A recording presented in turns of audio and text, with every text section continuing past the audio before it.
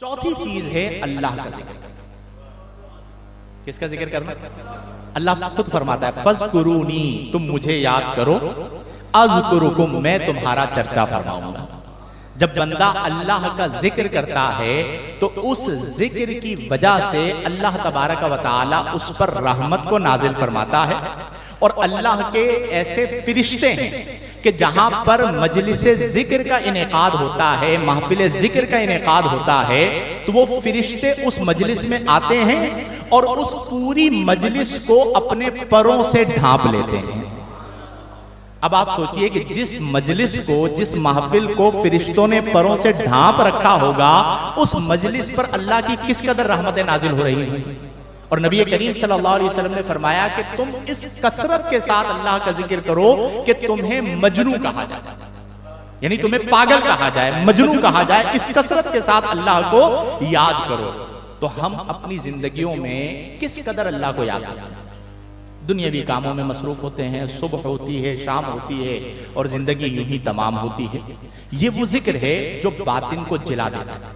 اور ہر حال میں ذکر، یعنی نعمت ملے تو بھی کیا کرنا ہے، آزمائش آئے تو بھی کیا کرنا ہے. اور جب آپ ذکر کی عادت اپنا لیتے ہیں تو اللہ تبارک و تعالی آپ کو سدا بہار بنا دیتا ہے، آپ کو مکمل طور پر بہار نصیب ہو جاتی ہے. وہ غالباً فرمایا گیا کہ یہ نغمہ فصل گلو لالا کا نہیں پابند، یہ نغمہ فصل گلو لالا کا نہیں پابند، خزاں ہو بہار ہو کہ خزاں لا الہ الا اللہ. یعنی عالم بہار ہو یا عالم خزاں ہو، یہ جو نغمہ ہے یہ ہر حال کے اندر اطمینان عطا فرماتا ہے. تو چوتھی چیز جو ہم سب نے اپنانی ہے وہ کیا کرنا ہے انشاءاللہ؟ اللہ تعالیٰ کا ذکر. اور یہ روزانہ کی بنیاد پر کرنا ہے. دن کا آغاز ہوا تلاوت قرآن کرنی ہے، دن کا آغاز ہوا درود پاک پڑھنا ہے، دن کا آغاز ہوا 100 بار کم از کم صبح و شام استغفار پڑھنا ہے، دن کا آغاز ہوا آپ نے نماز کے بعد بیٹھ کے چند منٹس کے لیے اللہ کا ذکر کر لینا ہے. یہ آپ کی روح کو مضبوط کرے گا اور آپ کی روح کو جلا بخشے گا. پانچویں نمبر پر جو چیز ہے وہ ہے اتباع سنت. وہ کیا ہے؟ قرآن میں اللہ نے فرمایا اطیعوا اللہ والرسول لعلکم ترحمون. قرآن میں فرمایا کہ تم اللہ اور رسول کی اطاعت کرو. جب تم اللہ اور اللہ کے رسول کی اطاعت کرو گے تو اس کا نفع کیا ہوگا؟ فرمایا لعلکم ترحمون، تاکہ تم پر رحم کیا جائے.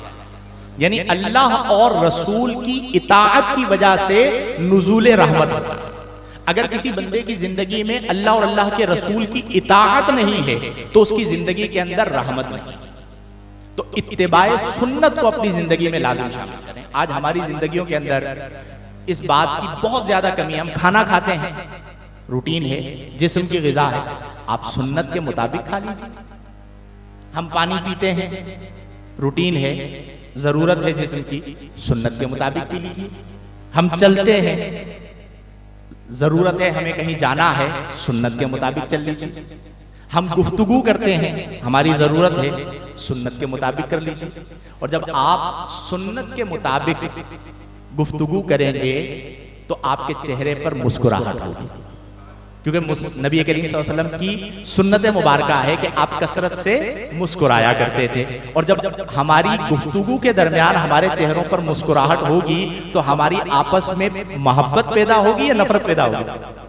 اس کی بڑی ضرورت ہے. ہم جو ہے نا وہ آپس میں محبت کو پیدا کرنے والے اعمال کریں.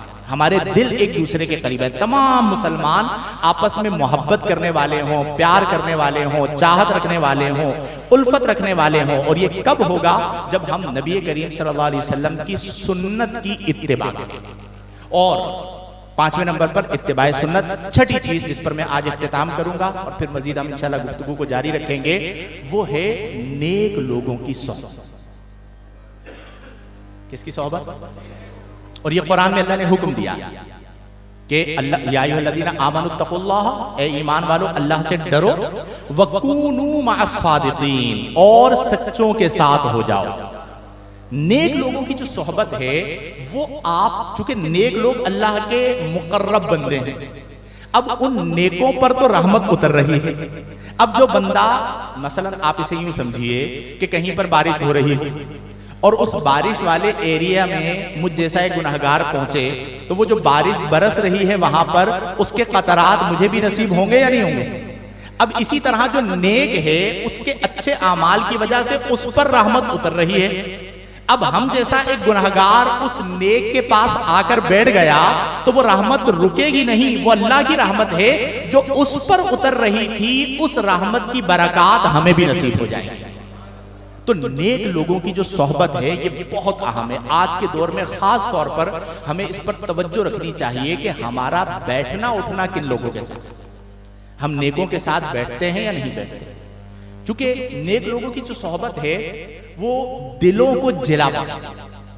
نبی کریم صلی اللہ علیہ وسلم نے حضرت لقمان حکیم رضی اللہ عنہ کے قول کو نقل فرمایا کہ آپ نے اپنے بیٹے کو نصیحت فرمائی کہ علیکا بمجالست العلماء واستماع کلام الحکماء. آپ نے فرمایا کہ اے بیٹے علماء کی مجلسوں کو لازمی طور پر اختیار کر، یعنی علماء کی مجالس میں جا کر بیٹھا کر، واستماع کلام الحکماء اور دانش مند لوگوں کا، حکیم لوگوں کا کلام سنا کر.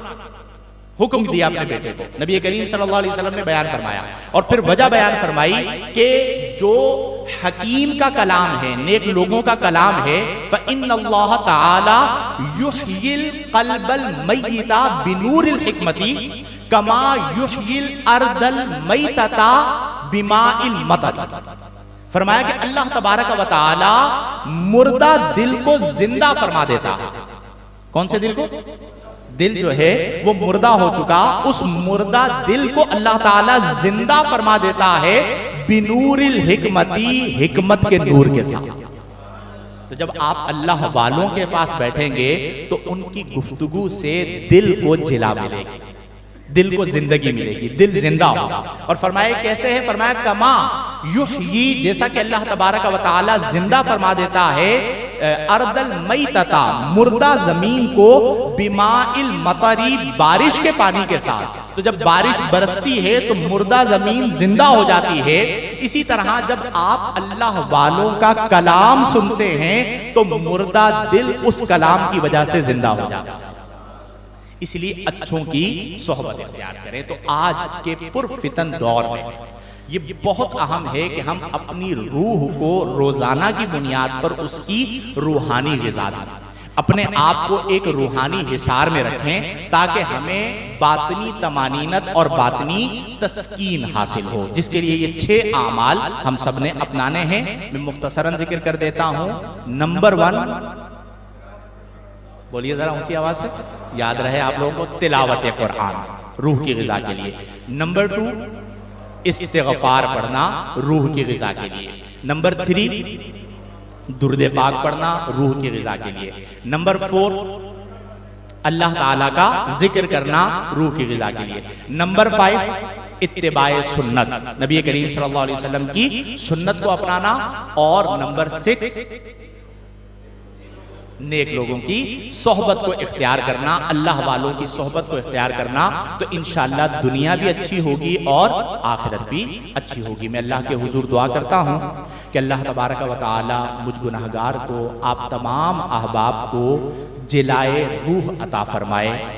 اللہ تعالی ہم سب کو تصفیہ قلب عطا فرمائے، طہارت باطنی عطا فرمائے، اور ہمیں نبی کریم صلی اللہ علیہ وسلم کی مبارک تعلیمات کے مطابق اپنی زندگیاں بسر کرنے کی توفیق عطا فرمائے. آمین بجاہ النبی الامین. وآخر دعوانا ان الحمد للہ رب العالمین.